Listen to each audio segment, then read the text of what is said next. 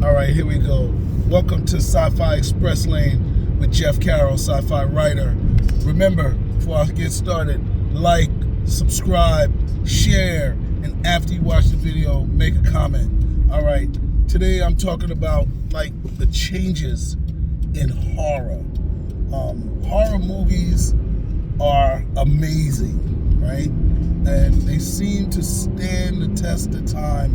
But they're a genre movie. When I say that, they're a particular type of movie that,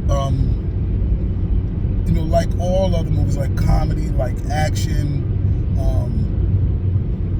they change with the time. They come in, they go out. Sometimes we're into ghosts, sometimes we're into zombies, sometimes we're into big monsters, but it's all horror, right? And there have been some changes over the time. So one of the things that I like to talk about in terms of the changes in horror, mind you, my first movie was Holla If I Kill You, and that was my debut into writing commercially, whatever you want to call it. And then I made another movie, Gold Digger Killer, and then I got into writing comic books while that was out, and then I got into writing novels. And even my first novel was Thug Angel, Rebirth of a Gargoyle. First original novel. My first novel that I wrote was the novelization of Gold Digger Killer. And that was in 2006. And Holla If I Kill You, I wrote it in 2002, 2003. It was over the December, January period. And horror has changed. I was just talking to somebody about why I felt Chucky was trash and that was okay back then. And and I say that because all of them could have been considered trash. I don't even think I liked Halloween, the first one. It wasn't until Halloween 2 that I really liked it.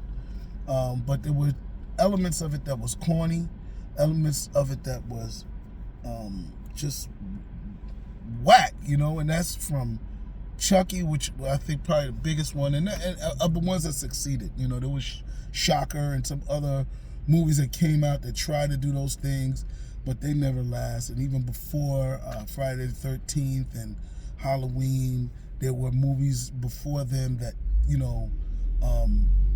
tried. And when I say tried, they evolved from B-movie grindhouse movies. They evolved from the double features that you saw on 42nd Street, and many of the evolutions of them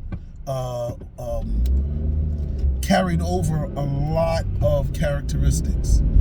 So some of the things that you see in, for instance, today's most recent one, Megan, are things that started, that were exploited in the grindhouse era, the 42nd Street era, movies that were made to shock and awe. But at the same time,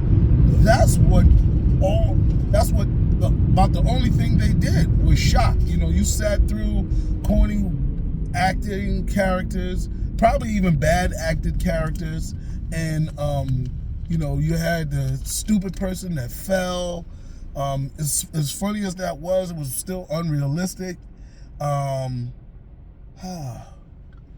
What else? We had the black person that got killed first. Your token black.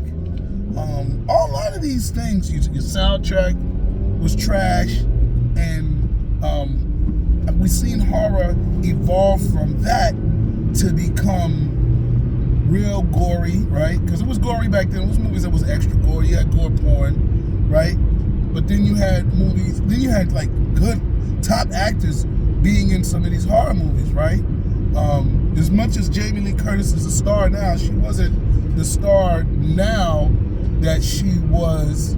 She wasn't the star then that she is now, right? It was Johnny Depp. It was Anderson. Whatchamacallit? The one that was in Leprechaun. Not Pamela Anderson. Whatever the one. She wasn't anybody. The girl from Friends, she wasn't anybody when she was in Leprechaun. So, they gave us really, striking, hot, young chicks that they put in these movies. And those were all of the different elements that attracted people. You had to have your sex scene, you had to have your topless scene or a towel scene in the bathroom, and they depended on all these things, and we got used to seeing all these elements in film. It's in the horror movies. Of course, you had the real demonic ones that depended on the devil and the dead, like Damien Omen. Those was there. You had Poltergeist, which was scaring you on ghosts. And then we saw, making through the 90s, right? And then we saw digital. Right before digital, we had the Blair Witch Project, and we had the found footage, paranormal activities, and stuff like that. That was like, oh my God, let's scare them with possibilities and just real filming, real looks, right? And that's cool, right? I have not done a found footage film, and I think I'm going to do one probably. I have no idea, maybe on Negro Mountain or something like that. But that era, and then we had the era of the digital ghosts. Mama, to me, was the funniest one because it was just a shadow on the ground. I was like, step on Mama, But you had the Tooth Fairy, you had Boogeyman. And then that progressed out of that. Out of that, we had Annabelle, which started to bring back the story elements of horror, which was good. We started to see, all right, this story is going to be about something. It's going somewhere.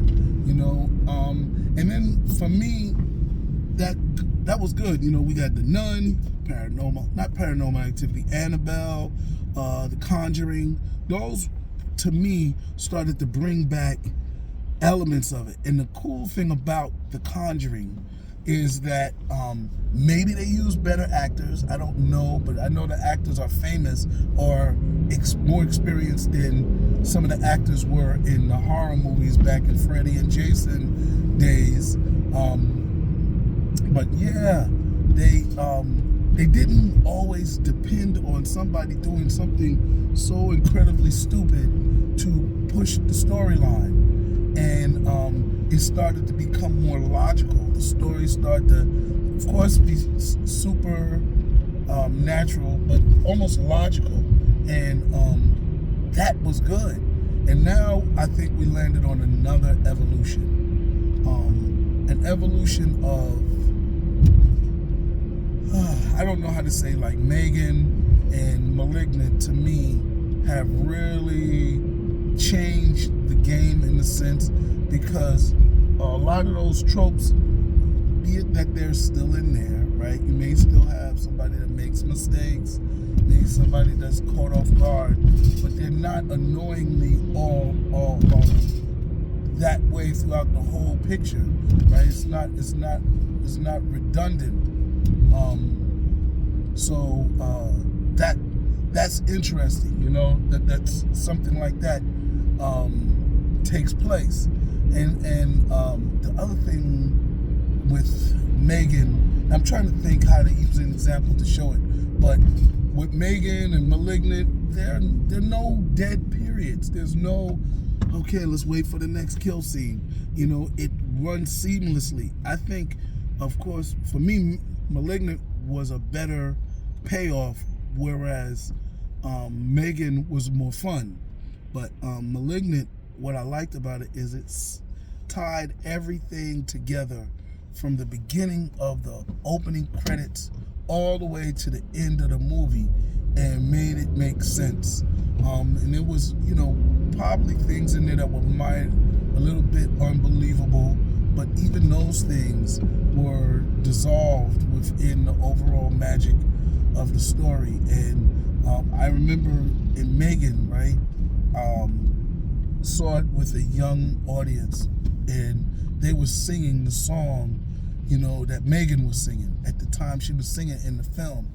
And that's what I remember. That was a throwback moment to some of the Grindhouse movies, because they used the movie soundtrack as element in the film and made you laugh because, oh shoot, they killing them and they playing this song, or she's running and they playing this song, and it was a perfect thing, right?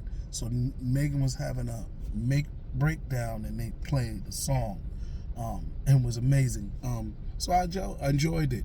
I think Ma was very much the same way, and I appreciate those elements that allow horror to evolve and possibly get to the place where it should have been in the beginning. That's respected as a genre, but respected as a craft, not scaring people for granted. Yeah, I get that, you look away and then the next thing you know, somebody sees somebody in the mirror, or I get it that the drag scene is in almost all the movies, but to use that drag scene, to use that person in the mirror when you don't see it, is more than just a gimmick, right? To value it and include it in your story, that to me is amazing. I also feel that, understand what you're there for, what you're doing. People, want to be scared, but they want to be all of the fears to come exploiting. You don't want to tap dance it. I remember movies like Ex Machina, they never gave you the punchline. You know what I'm saying? M. Night Shyamalan, he'll give you a whole bunch of setup, and by the time you get to the punchline, it cheeses you. And 42nd Street movies, they gave you repetitive punchlines. They told multiple jokes on the same premise line. And when I say jokes, like punchline of killings, right? They didn't cheese you. They didn't show you somebody dead and then you had to fill in the blank that, oh my God, they got hit with the axe. You know what I'm saying? Now, you don't have to show every killing. You don't have to definitely do that. But when you do show these killings, make sure that you give us what we come in there for. I like Megan, I like Malignant. You didn't have a lot of sex scenes. You didn't have any, right? In Megan, I think even in Ma, the sex scene was very, very appropriate for the story. And it wasn't a sex scene. It was just some nudity.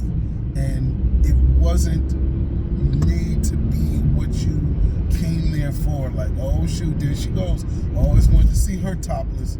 Yeah, there's a pervert in a lot of people in the theaters. You know what I'm saying? We see these hot chicks and be like, oh shoot, let me see. Or you see a dude in the window want to see their butt. Yeah, you want to see that, but come on now. It's not what you came there for. Or that's not what's advertised. The damn thing is a horror movie. So let's get horrified. So to me, Megan, and let me throw Jordan Peele in there, right? Because Get Out wasn't cheesing us, and neither was Us. Even though I didn't like Us tried to give us multiple looks. Us had the baseball swing, right? It had some amazing good kills in there, right? And so did Get Out, and Get Out kept giving us layers and layers and built us up. So my only problem with Get Out was the ending. But beyond that, and I think he just was celebrating the success of pulling that all together. And you feel it even when you're writing a story. You feel that it all came together. So sometimes you just have fun with the ending because you've been thinking so much throughout the whole story and holding all of this stuff together that you just be like, all right, I can do this at the ending. But I felt that could have been better. But Jordan Peele, one of the other things I think with Jordan Peele, with Alicia, I guess I'm getting her name wrong, writer of Malignant. I think I'm going to have to remember her name and do like a whole thing on it, tape it somewhere on my thing. But with her and Jordan Peele, they're changing the ethnicity of horror. Horror is now universally black. It's not just something that is a background character. The whole story can be told with black people, and it can be just as scary. And I'm saying that because, yeah, Malignant wasn't a black story. She was a black writer. But I think with her, she showed that it can be cool and appealing in a way that it would have been the same if it was black people. And I think she's opening the door for that, because some of the redneck white jokes that was real prevalent in these horror movies are not prevalent, not in Megan at all. So you don't have to be corny, you don't have to be cheesy to appeal. So anyway, that's it. I know this, this is really just a little slight commentary on some of the changes in horror, but I think we are seeing a change now. I think, I think it's going to be blacker too. I think it's going to be multicultural and black. All right, y'all, out of here. Peace.